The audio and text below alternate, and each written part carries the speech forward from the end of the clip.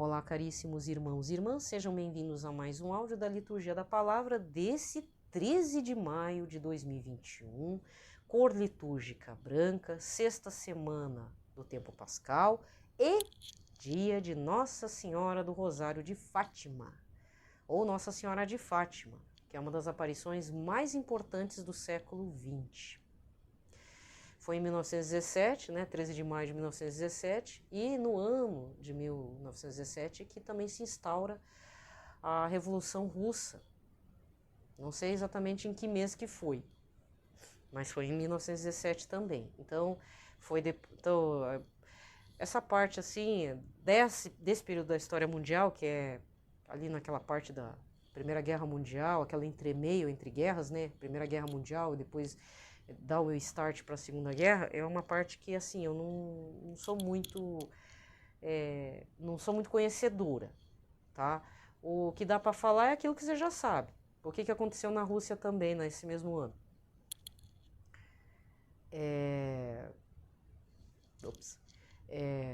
A deposição do czar, que era o imperador russo, a morte da família imperial inteira e a instauração da Revolução Comunista lá.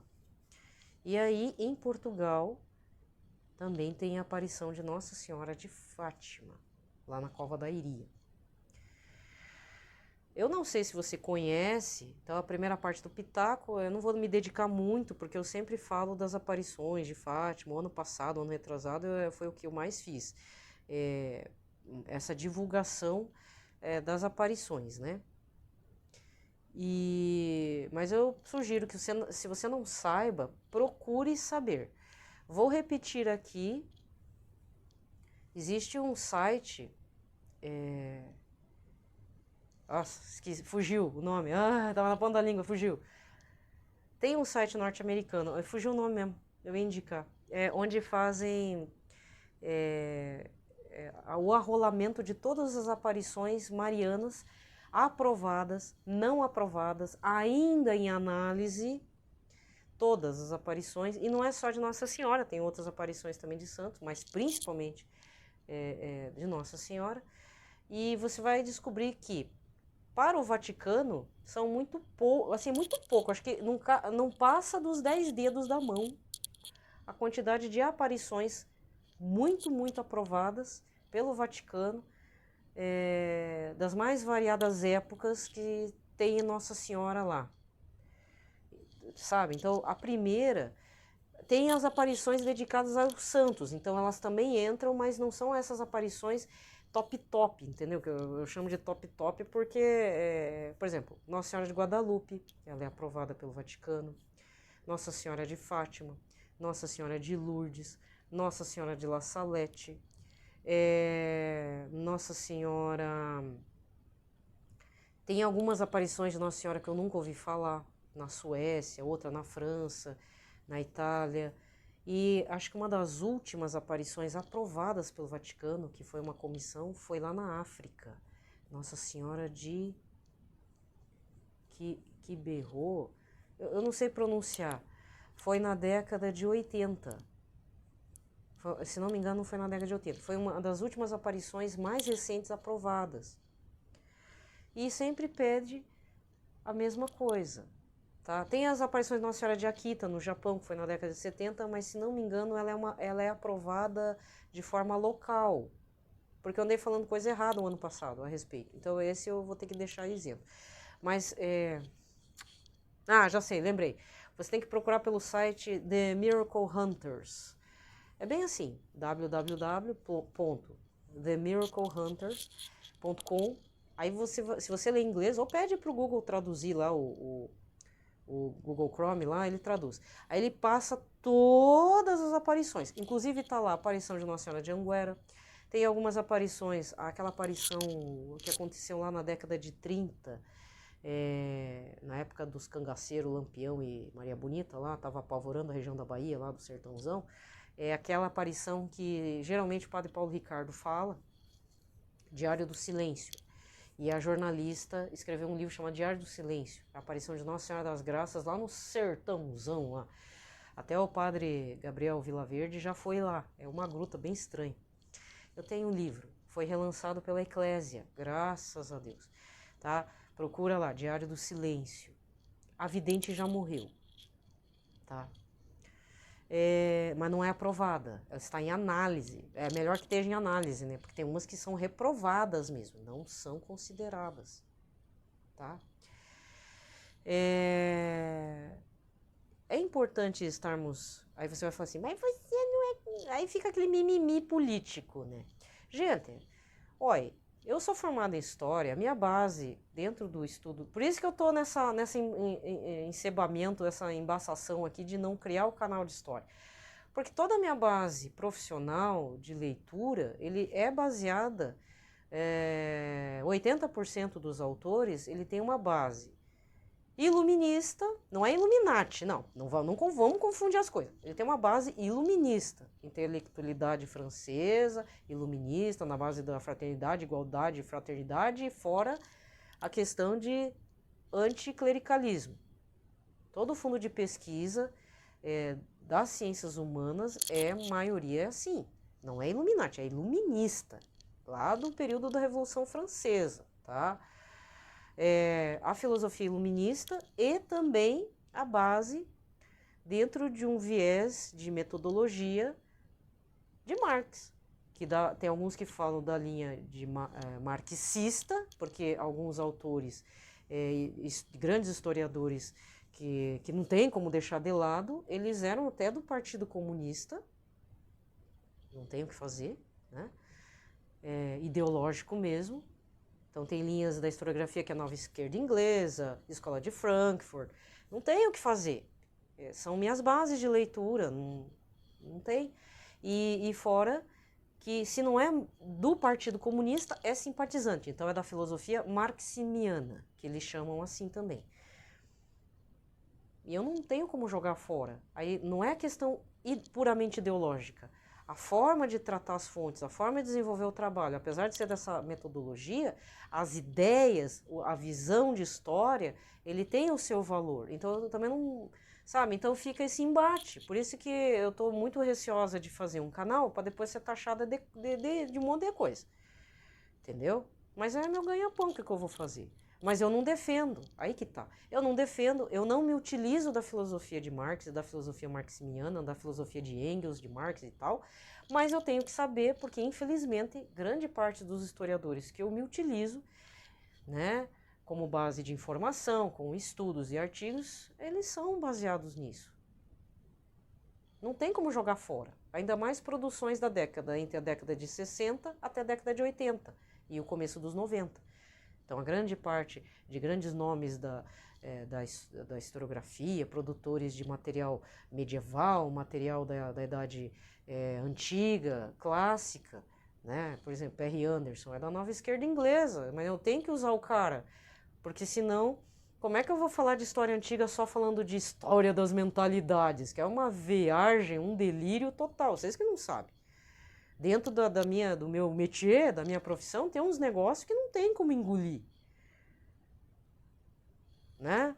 Mas também eu não posso fechar meus olhos, ou também só colocar que é Marx e Marx, que é modo de produção, que nem, pô, tem autor aí que fala que o modo de trabalho lá no mundo antigo egípcio, o modo de produção escravocrata, que não sei o quê, aí também não dá, vai reduzir lá os egípcios a isso? Não é assim. Mas também nem tanto ao ferro, nem tanto ao fogo. Não estou passando pano para mim, eu só estou dizendo que eu estou numa sinuca de bico. Eu estou com um problema interno mesmo. Eu falei esses dias, então a primeira etapa aqui do áudio vai ser meu pitaco de queixa. Um canal aqui do YouTube, que também tem no Instagram, que eu sugiro que você siga, é o 3.vias. Ele conseguiu fazer uma live, tava embaçada aquela live, mas depois eu vi que fizeram. É uma live com o historiador Peter Burke.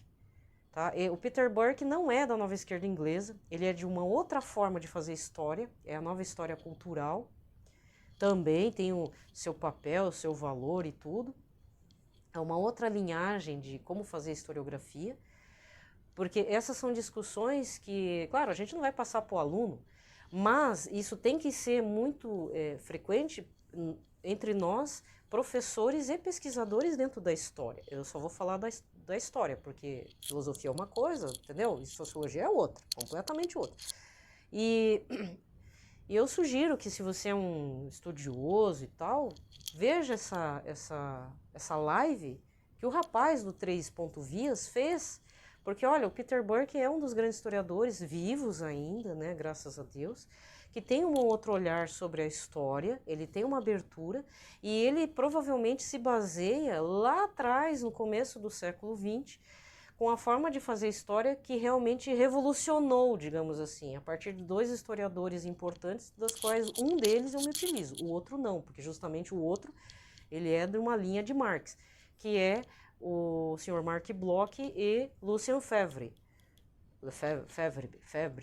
não sei como é que se pronuncia, não sei falar francês, mas toda a base de historiografia, do fazer história, a memória dentro da própria história, a história da história, podemos dizer assim, ele nasce na França. Sempre foi da linha francesa. Mas o que deu abertura para novos olhares, novos métodos de escrita da história, pensar a história e uso de várias fontes, que é isso que é o mais importante, porque aí chama-se a escola de análise, a escola dos anais, né? Dos documentos, digamos assim. Antes eram documentos oficiais do governo, e tanto é que nos livros didáticos até a década de 90 foi assim: data, o herói da história e depois o fato histórico. Aí virava aquela coisa macenta, horrível mesmo, né? Dá vontade de vomitar. E com eles, já desde o no começo do século XX, não, vamos pensar diferente. Então o Sr. Marc Bloch, junto com o Lucien Febvre, vamos pensar diferente.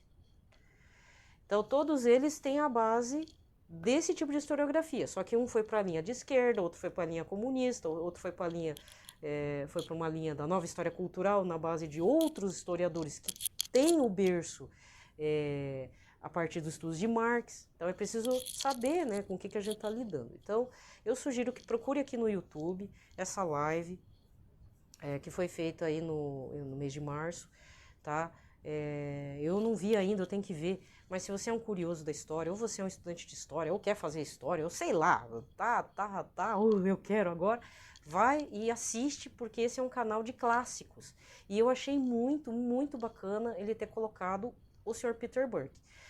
Outra live que eu acho que já deve ter acontecido, que eu agora não estou mais acompanhando, e esse cara é extremamente controverso, é o Noam Chomsky, linguista, crítico. Ele tem uma parcela do povo judeu que odeia Noam Chomsky. Eu não sei se o rapaz sabe disso, porque ele é muito jovem. Mas na década de 90, nos anos 2000, o Sr. Noam Chomsky, ele falou que esse negócio de ficar fazendo propaganda, propaganda sempre do Holocausto, de colocar os judeus como vítimas, era uma coisa errada. Ele fez uma crítica contra toda essa cultura de sempre... Ele achou que é uma exploração. Não são palavras minhas. São coisas que o Sr. Noam Chomsky falou uma época. Eu vi no noticiário, aquilo pegou muito pesado, porque ele quis dizer que o povo judeu estava sempre se fazendo meio que de vítima, sempre explorando essa ideia do Holocausto. E ele foi extremamente criticado. Só não mataram ele porque o povo judeu não é que nem o bando de xiita lá, né? Que é que nem lá o Salman Rushdie.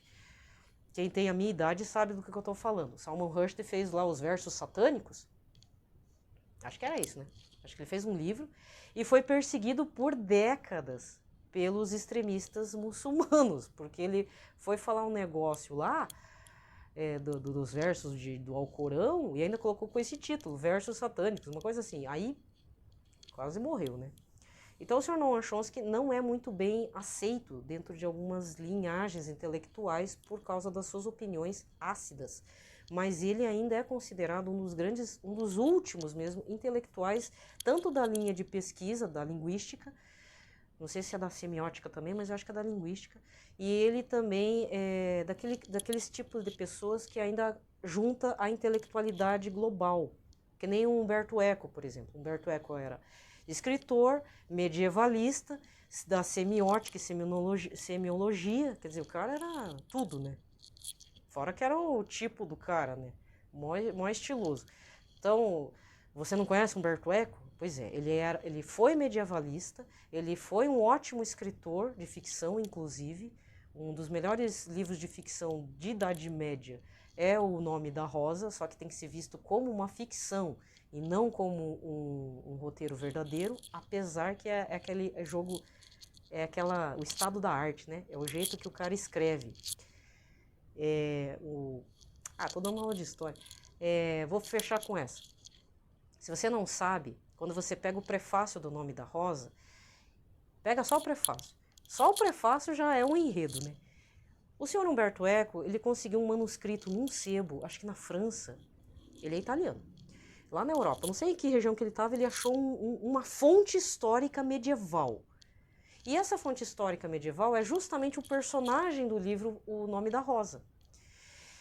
E o que aconteceu? Ele estava lá na viagem, estava meio distraído, roubaram a bolsa dele com a fonte histórica que ele estava assim vibrando. Eu vou para casa, eu vou estudar, eu quero ler esse monge, esse frei. Não sei se era um frei, era um consagrado lá religioso, né? Consagrado religioso, meu Deus, não. Era um presbítero consagrado. Ai, Jesus. Não sei se é um frei, o que é, mas lá no filme você vai entender. Roubaram a fonte histórica. Ele fala no prefácio. O homem entrou, cara, o cara ficou doente. Ele ficou doido. Eu falei, meu Deus, eu perdi uma fonte histórica. Eu quero o livro. Eu quero perder todos os documentos. Eu quero o que tinha lá dentro. Dinheiro não importa. Eu queria a fonte. E se perdeu. Se perdeu. Ele comprou com uma bagatela e tava lá. Sabe, quem ama livro é uma coisa, né? Ai, me roubaram meu livro. Eu perdi tudo. Documento, perdeu título de eleitor, vacinação, perdeu dinheiro, mas eu queria o livro. É a mesma coisa. Eu sei como é que é a dor do Umberto Eco, na época. E aí, como ele ficou muito incomodado com aquilo, o que ele fez? Ele fez um livro que é uma ficção, mas nas palavras de uma professora na época que eu fiz pós-graduação, que aí não deu certo a pós, mas valeu a pena por isso, falou assim, aquela paisagem, aquelas pedras daquele mosteiro estão lá. Sempre estiveram lá. Aquele personagem histórico existiu e naquele período que Umberto Eco coloca, estava sendo perseguido pela Inquisição. Isso é verdade. Contudo, as coisas que acontecem naquele mosteiro é ficção. Então esse é o verdadeiro... Então, um dos méritos do livro do Sr. Umberto Eco é que ele tem esse estado da arte, ele tem essa sacada genial, digamos assim, que dificilmente um grande escritor hoje em dia poderia fazer, porque o Sr. Umberto Eco ele era um mega intelectual do tempo dos iluministas. Ele congregava tudo, era medievalista, ele sabia fazer tradução, tanto é que ele tem um artigo falando sobre a palavra na Itália, a situação assim, o tradutor vem da mesma raiz do traidor, tradutore e traidor lá. Ele tem um artigo bem bacana, não sei em que livro que tem. Então, essa questão também de traduzir algo de outra língua, nós somos traidores. Quem traduz é o traidor. É bem bacana, ele tem umas coisas aí, né? Você que gosta de uns papo cabeça, então Umberto Eco é para você também, tá? Certo? Nem sei por que eu falei do nome da... Eu tenho uma paixão pelo filme e pelo livro, porque esse é um caso à parte. Você pode ver o filme e pode ler o livro. E são duas coisas completamente diferentes. Então, não adianta você só ficar no filme ou só ficar no livro. Você tem que ver as duas coisas. Você tem que ler e ver o filme. Por quê? O livro, ele além de ter essa sacada do estado da arte, da escrita do romance, com personagem real, que estava sendo perseguido na época de verdade, mas toda a história é uma ficção. Ele tem uns lances difíceis da parte da semiótica e seminologia, porque isso também era um métier do Sr. Umberto Eco. Ele é um livro meio pesado, não é muito fácil de ler. O filme, quando fizeram um filme na década de 80 ou 90, agora não me recordo, é um filme antigo, meio chatinho assim, tá? Mas vale a pena. Ele teve a assessoria de um outro medievalista francês muito importante, já falecido, muito importante na época, que era o Sr. Jacques Le Goff.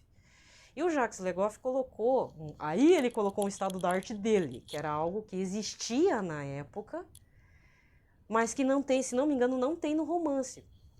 que agora não me recordo mais o livro, eu li muito tempo atrás, que é aquele personagem com deficiência mental. Ah, vou dar um spoiler aqui. Aquele personagem que tem deficiência mental é um indicativo relacionado à roda dos expostos. Na Idade Média e até uma época aqui no Brasil, também Brasil Colônia, nas casas de misericórdia, nos conventos e seminários masculinos, né, existia lá um local de madeira redondo e um sino. Então, os bebês que era fruto de traição, bastardos, com problema mental, físico, etc., eram postos lá, rodavam a roda para colocar a criança para dentro das dependências da Santa Casa de Misericórdia ou dentro do convento feminino ou do seminário, batiam o sino, porque eram sempre abandonados de madrugada e o povo picava mula. No caso do filme, aquele irmãozinho religioso que depois ele faz umas coisas aradas esquisitas, eu não vou falar porque vai que você não viu o filme, né? Mas ele faz uns lances esquisitos, ele é débil mental, ele tem uma saúde mental, ele é deficiente. Muito provavelmente é um indicativo disso, que naquela época os aldeões lá medievais, eles abandonavam aquelas crianças, por ser católico, eram acolhidos, se podia dar educação davam, se não, não. Eram deixados assim, ali para fazer serviços menores. E dentro do filme também são falados, retratado a vida dos monges copistas, que é uma coisa que pouca gente fala dentro da história medieval. Fala, mas ninguém entende o que é monge copista. Então, o monge copista está aliado à questão das iluminuras, do embelezamento e propagação das cópias de vários escritos. Então, muita coisa que chegou até hoje nós temos até PDF, né, gente? Mas na época da Idade Média, como é que a gente vai reproduzir, que esse é o princípio do caso do filme e do livro, que é a partir do manuscrito de Aristóteles, se não me engano, aí vira uma bagunça lá, acontece umas mortes, mas no final é falta de higiene mesmo, o coronavírus está pegando lá dentro. Os monges copistas foram responsáveis pela propagação de muitos escritos desde a Antiguidade Clássica até boa parte do Renascimento. Então, por isso que o primeiro áudio que eu fosse fazer é sobre desmistificar a Idade Média considerada como Idade das Trevas, que nunca foi. Porque a partir da Idade Média, muitos escritos vieram se propagando, Aristóteles, Platão, etc, etc, etc, que você sabe aí, vieram se propagando pelos manuscritos de monges copistas, porque eles tinham tempo também. Por outro lado, existe a questão do tradutor e traidor, né? Porque às vezes o próprio monge copista podia colocar uma coisinha diferente lá no meio das coisas de Platão, das coisas de Aristóteles, e rola esses papos, tá? Então, se você quer saber mais sobre monge copista e iluminuras, eu sugiro que você pesquise na internet, que é muito bonito de se ver, tá? Tem aqueles desenhos lá, né? Começa com uma letra grande, ou então cópias da Bíblia, com aquelas letras todas cheias de gravura, de cor e não sei o quê. Aquilo é arte dos monges copistas, tá? A caligrafia alemã também, que muito tempo foi aquela alfabeto gótico, tudo isso é mérito dentro das instituições religiosas medievais. Você já pensou assim? Né? Então, tem que valorizar o padre. O padre é padre hoje porque se não tivesse um monge copista, nem nós estaríamos com a Bíblia. Entendeu? Tem que dar uma valorizada. Pronto, eu já puxei aqui a sardinha para a Igreja Católica. Entendeu? É uma maravilha, gente. Se você quer saber maiores detalhes, tem muitas obras também feitas assim. O Livro das Horas. A história do Livro das Horas, eu não sei se foi feito por monges copistas, mas ele é uma obra, praticamente uma obra de arte. Procura lá na internet, você vai ver coisas lindas, Livro das Horas. Eu era apaixonada por história medieval, pena que eu não tive professores que né, falassem alguma coisa assim, porque a Idade Média ela se baseia, concomitante com a Igreja Católica. É um material riquíssimo, muitos santos, por isso que eu não posso dizer que um historiador vá deixar de ler São Tomás de Aquino e Santo Agostinho. Santo Agostinho do período da Antiguidade Tardia para o início da Idade Média, e São Tomás de Aquino, que realmente faz a formulação de toda a temporalidade mesmo, da Idade Média, todo um modo de pensamento intelectual, né, de todo um grande período, que depois, lá na frente, alguns intelectuais, querendo rechaçar o passado, chamaram a Idade Média e definiram como Idade Média e Idade das Trevas concomitantemente. Aí quiseram dizer que não, é tudo porcaria. E não é, não. Porque foi o período da formação das grandes universidades, acho que a Universidade de Salamanca é do período medieval, acho que a primeira universidade, inclusive. As universidades são todas medievais e da Igreja Católica, a base dela. Hoje, não, talvez não tanto, né?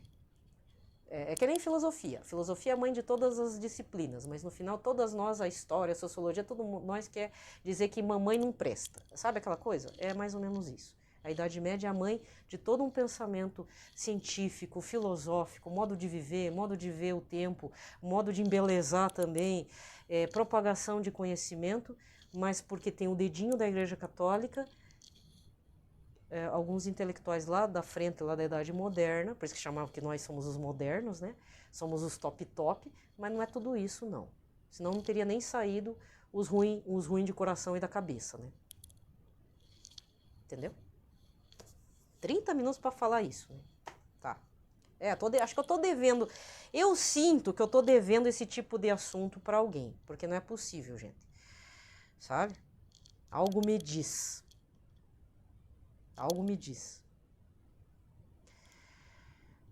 Vamos lá. Pelo sinal da Santa Cruz, livrai-nos Deus Nosso Senhor de todos os nossos inimigos. Em nome do Pai, do Filho e do Espírito Santo. Amém. Até me perdi aqui. Muito bem. Vamos para a oração a São José. Um Pai Nosso, uma Ave Maria, um Glória ao Pai. Para o Papa Francisco, Papa Emérito Bento XVI. Para todos que precisam de nossas orações. Lembrai-vos, ó Puríssimo Esposo de Maria Virgem, o meu doce protetor São José, que jamais se ouviu dizer que alguém tivesse invocado vossa proteção, implorado vosso socorro e não fosse por vós consolado. Com esta confiança vem a vossa presença e a vós fervorosamente me recomendo. Não desprezeis a minha súplica, ó Pai adotivo do Redentor, mas dignai-vos acolhê-la piedosamente. Amém. São José, modelo e padroeiro dos devotos dos Sagrados Corações, Jesus de Maria, rogai por nós. Pai nosso que estais nos céus, santificado seja o vosso nome, venha a nós o vosso reino, seja feita a vossa vontade, assim na terra como no céu. O pão nosso de cada dia nos dai hoje, perdoai-nos as nossas ofensas, assim como nós perdoamos a quem nos tem ofendido. Não nos deixeis cair em tentação, mas livrai-nos do mal. Amém. Ave Maria, cheia de graça, o Senhor é convosco, bendita sois vós entre as mulheres e bendito é o fruto do vosso ventre, Jesus. Santa Maria, Mãe de Deus, rogai por nós, pecadores, agora e na hora de nossa morte. Amém. Glória ao Pai, ao Filho e ao Espírito Santo, como era no princípio, agora e sempre. Amém. A primeira leitura de hoje, deste dia 13 de maio, era para falar Nossa Senhora de Fátima, eu falei de Humberto Eco. Nossa, de onde que eu estava com a cabeça, né? Então vamos lá. Primeira leitura, Atos dos Apóstolos 18, versículos de 1 a 8.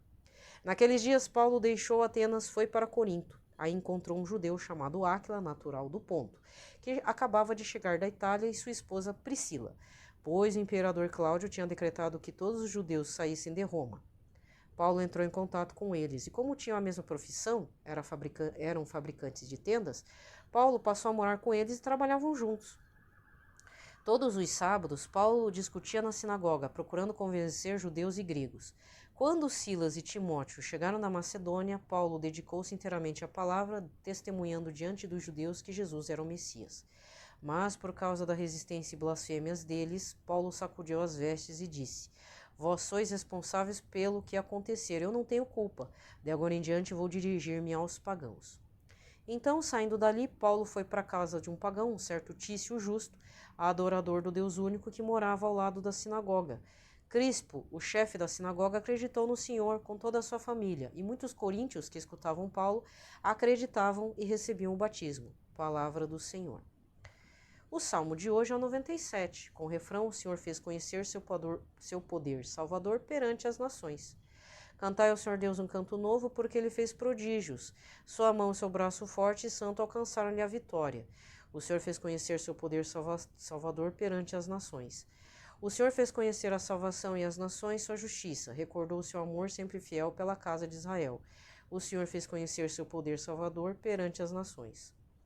Os confins do universo contemplaram a salvação do nosso Deus. Aclamai ao Senhor, ó Deus, ó terra inteira, alegrai-vos e exultai. O Senhor fez conhecer seu poder salvador perante as nações. Evangelho de hoje. João 16, versículos 16 a 20. Naquele tempo, disse Jesus aos seus discípulos: pouco tempo ainda e já não me vereis, e outra vez pouco tempo e vereis de novo, e me vereis de novo. Alguns dos seus discípulos disseram então entre si: o que significa o que ele nos está dizendo? Pouco tempo não me vereis, e outra vez pouco tempo e me vereis de novo. E eu vou para junto do Pai? Diziam, pois, o que significa este pouco tempo? Não entendemos o que ele quer dizer. Jesus compreendeu que eles queriam interrogá-lo, então disse-lhes: estais discutindo entre vós porque eu disse, pouco tempo e já não me vereis, e outra vez pouco tempo e me vereis? Em verdade eu vos digo, vós chorareis e vos lamentareis, mas o mundo se alegrará, vós ficareis tristes, mas a vossa tristeza se transformará em alegria. Palavra da salvação. Aqui termina a liturgia da palavra e vamos recordar o evangelho do dia 9, sexto domingo da Páscoa. Foi João 15, versículos de 9 a 17, tá?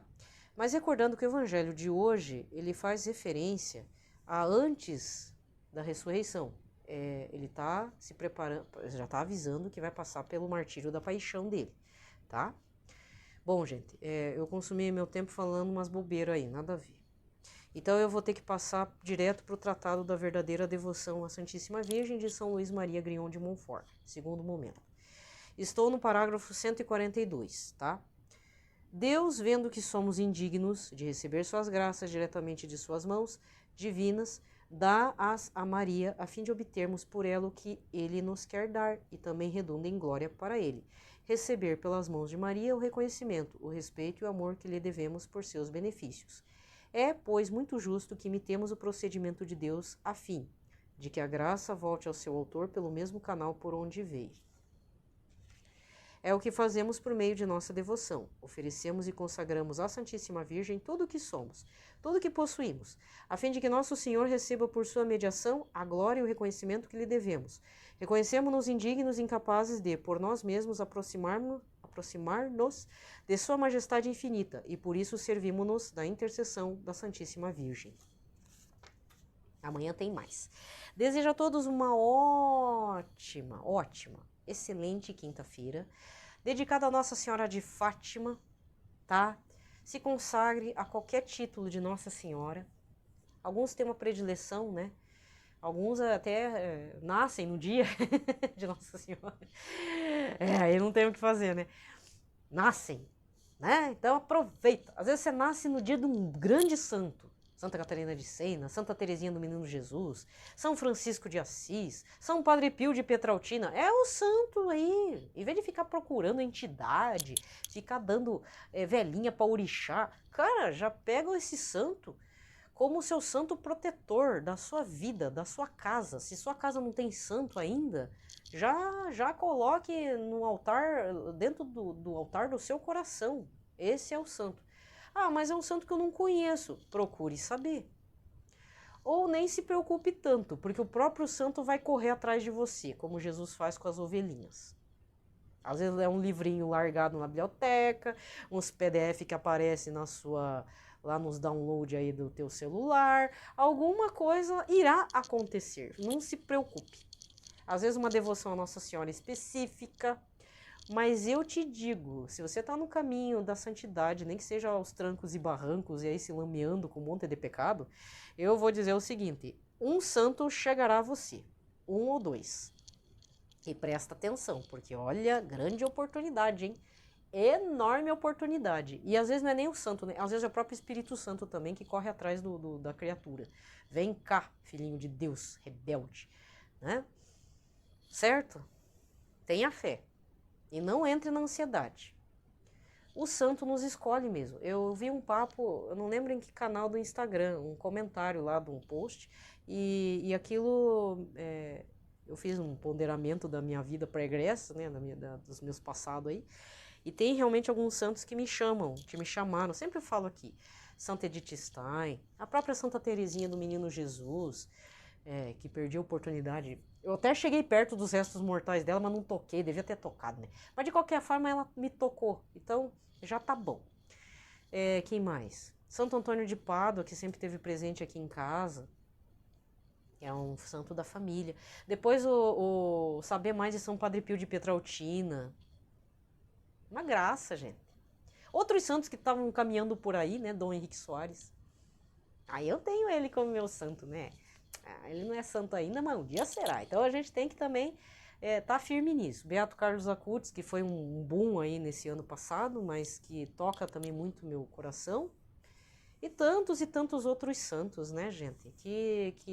Aí eu fiquei até preocupada, né? Porque meu altar tava ficando cheio de santos. São Marcelino Champagnat me protegeu uma época. Tenho um carinho muito grande pelo carisma marista, dos irmãos maristas. Quem mais? Tem tantos, né, na minha vida. Mas deve ter para você também. Então não se preocupe se vai fazendo um ajuntamento de santos.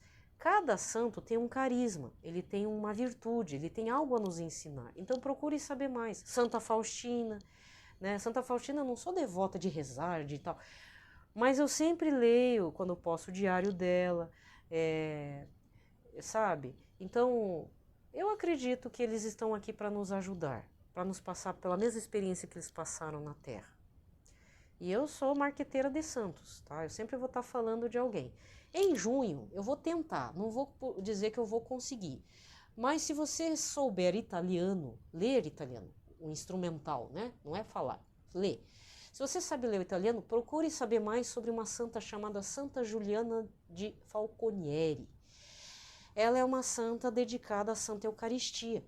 E se não me engano, por conta dela, é que em parte foi instituído o dia de Corpus Christi, se não me engano, pelas parcas informações que eu tenho. E aí é uma das santas que eu tenho curiosidade, assim, mas eu não sei ler italiano, gente. É triste, né? Mas a gente é limitado, né? Nós fazemos o que podemos, né, gente? Então, mas eu tô cantando a bola aí.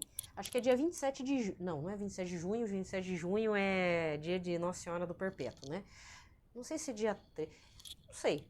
Eu sei que em junho tem uma santa lá chamada Santa Giuliana de Falconieri. Porque ela tem um detalhe importante, que quando ela não conseguia comer mais nada no fim da vida dela, ela estava agonizando, ela tinha um problema estomacal, intestinal, não sei, não entrava nem água. E ela só se alimentava com a Santa Eucaristia. Nos últimos momentos, ela não conseguia engolir a Santa Eucaristia. O que fizeram? Ela pediu para colocar no peito a hóstia. E ela já estava para partir. Então, quando colocaram a hóstia no peito dela, na agonizante, ela só disse, meu doce Jesus, e morreu. Só que o mais importante não foi que ela morreu, é que a hóstia simplesmente entrou no corpo, gente. Ficou como se fosse uma tatuagem, como se ela fosse marcada.